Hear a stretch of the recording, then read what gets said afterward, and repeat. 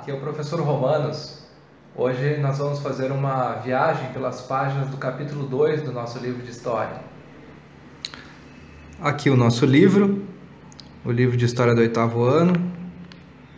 E nós vamos trabalhar hoje o capítulo 2. O capítulo 2 do livro, Revoluções na Inglaterra.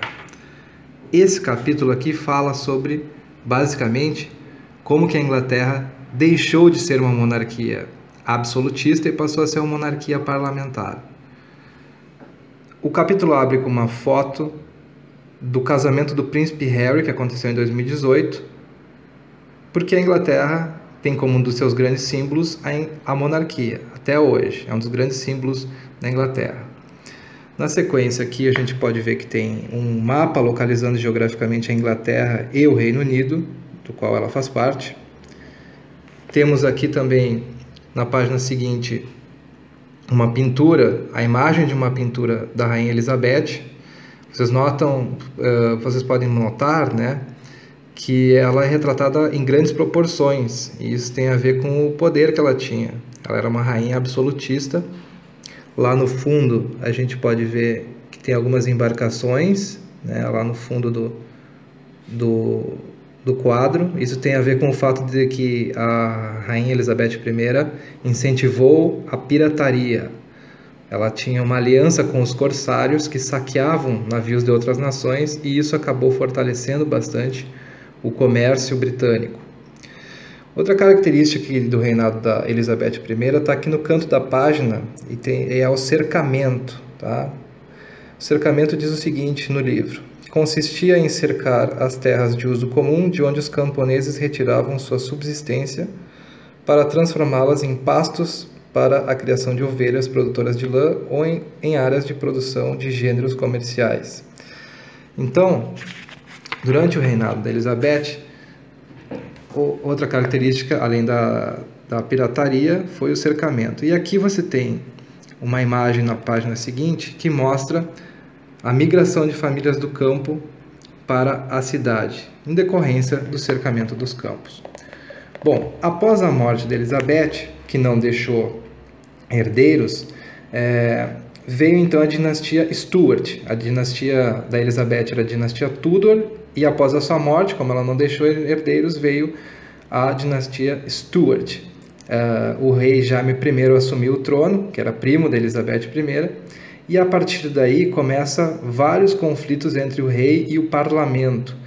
A Inglaterra já tinha um parlamento desde o século XIII, só que era um parlamento com pouco poder. Era basicamente um grupo de conselheiros do rei. Tá? O Jaime era anglicano e tentou impor a religião aos seus súditos. Uma parte do parlamento era de puritanos e não aceitou isso. Então aqui começam alguns desentendimentos em função de religião durante o reinado do Jaime I. Na página seguinte a gente tem uma foto de um retrato do Carlos I, né? Carlos I em 3 posições, um retrato do século XVIII, né? Uma pintura do século XVIII. E o Carlos I, também da dinastia Stuart, teve bastante desentendimentos com o parlamento. Né? O que aconteceu?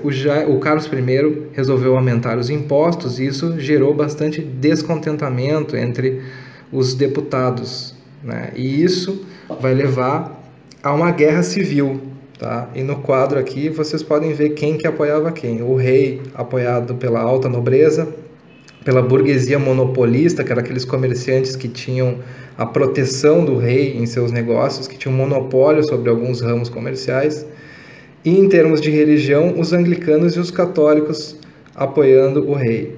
Do lado do parlamento a gente tinha a burguesia comercial e manufatureira, aqueles comerciantes que eram a favor da concorrência, que não tinham a proteção do rei, mas a gentry e a yeomen. O que é a gentry e o yeomen? A gente pode resumir que é a pequena nobreza, tá? Aqueles nobres que não tinham título de nobreza, proprietários de terra que não tinham títulos de nobreza. Em termos de religião, os puritanos ou presbiterianos, que é como os puritanos são conhecidos lá no Reino Unido.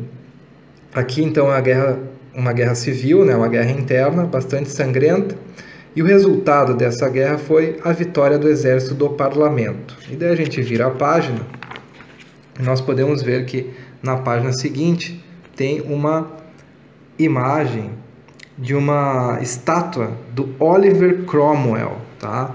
Aqui na página seguinte começa a Era Cromwell. A Era Cromwell é o período em que a Inglaterra foi governada pelo Oliver Cromwell, que foi o cara que liderou o exército do parlamento contra o exército do rei. Então é importante vocês lerem aqui essa parte que fala sobre o New Model Army, o novo modelo de exército que foi criado pelo Oliver Cromwell.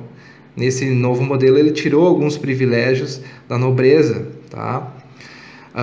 E o resultado da Guerra Civil foi que o rei Carlos foi executado e foi proclamada a República. Então, com o Oliver Cromwell, a gente teve o fim da monarquia na Inglaterra e o primeiro e único período republicano da história da Inglaterra.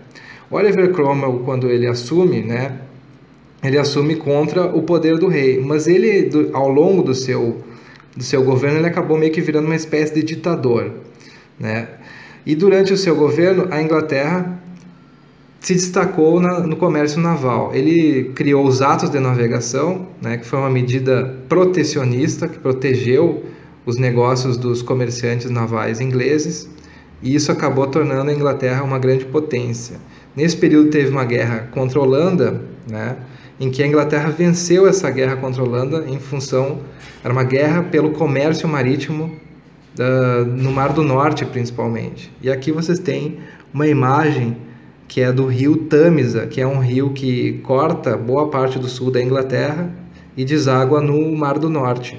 Então, essa página conta sobre os atos de navegação.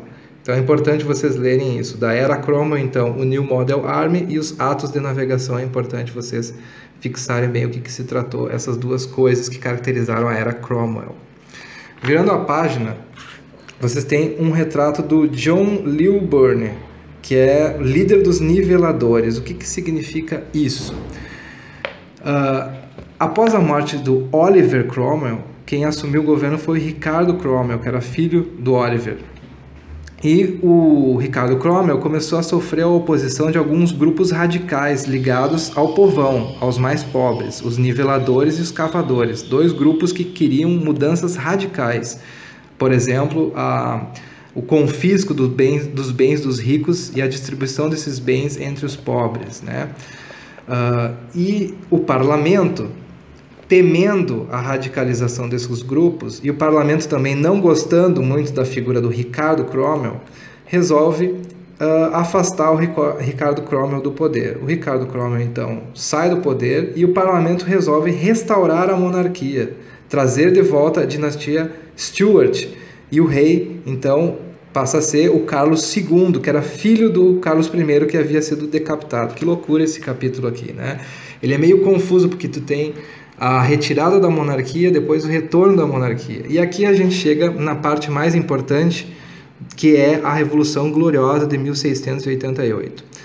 Aqui a gente vê o seguinte: os reis da dinastia Stuart, né, agora o Carlos II e depois o Jaime II, eles retornam ao poder, a dinastia Stuart, e a dinastia Stuart quer meio que restaurar o absolutismo, e o parlamento não quer saber de absolutismo.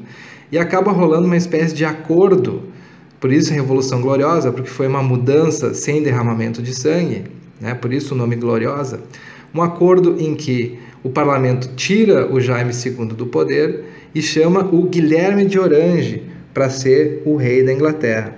O Guilherme de Orange era genro do Jaime II, né?